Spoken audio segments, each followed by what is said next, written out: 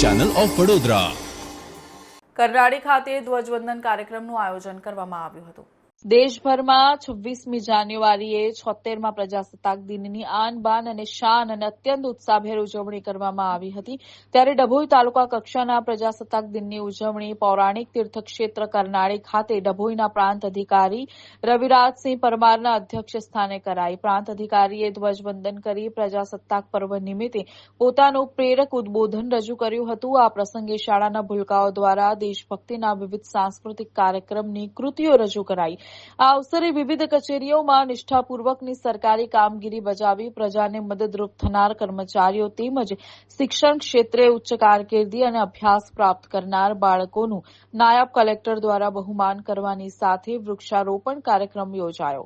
મામલતદાર PR સાંગડા, DYSP આકાશ Patel, ચાણોદના PI Mahesh Parmar, વહીવટી staff, Kuber મંદિરના trustee મહંત નંદગીરીજી મહારાજ, ઉચ્ચ પોલીસ અધિકારીઓ સહિત મોટી સંખ્યામાં પંથકવાસીઓ 76મા પ્રજાસત્તાક દિનની ઉજવણીમાં ઉત્સાહભેર ઉપસ્થિત રહ્યા હતા।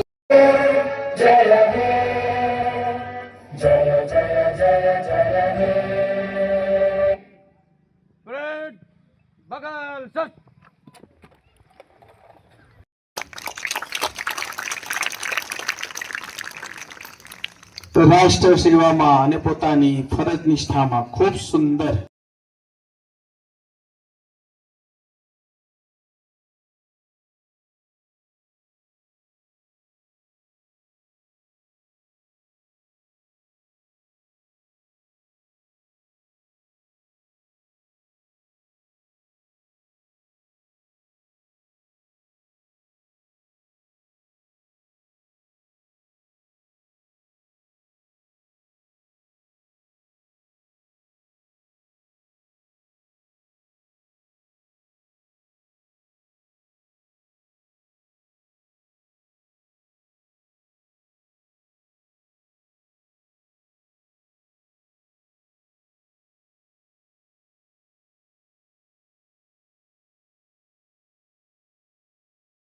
નમસ્કાર। આજ રોજ ડભોઈ તાલુકાના તાલુકા કક્ષાના પ્રજાસત્તાક પર્વની ઉજવણી કરનાળી ગામ ખાતે કરવામાં આવી હતી।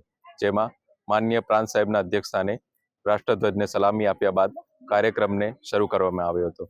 વર્ષ દરમિયાન વિવિધ વિભાગના જે પણ કર્મચારીઓએ સારી તેમનું ભાગ ભજવ્યો છે અને સરકારના વિવિધ કામોમાં જેમણે ખૂબ જ ઉત્સાહથી કામ કર્યું છે તેમનું સન્માન કરવામાં આવ્યું હતું।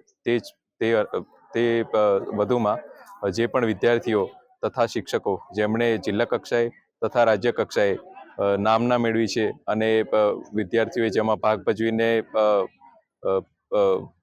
સફળતા મેળવી છે તેમનું પણ સન્માન કરવામાં આવ્યું હતું। આભાર।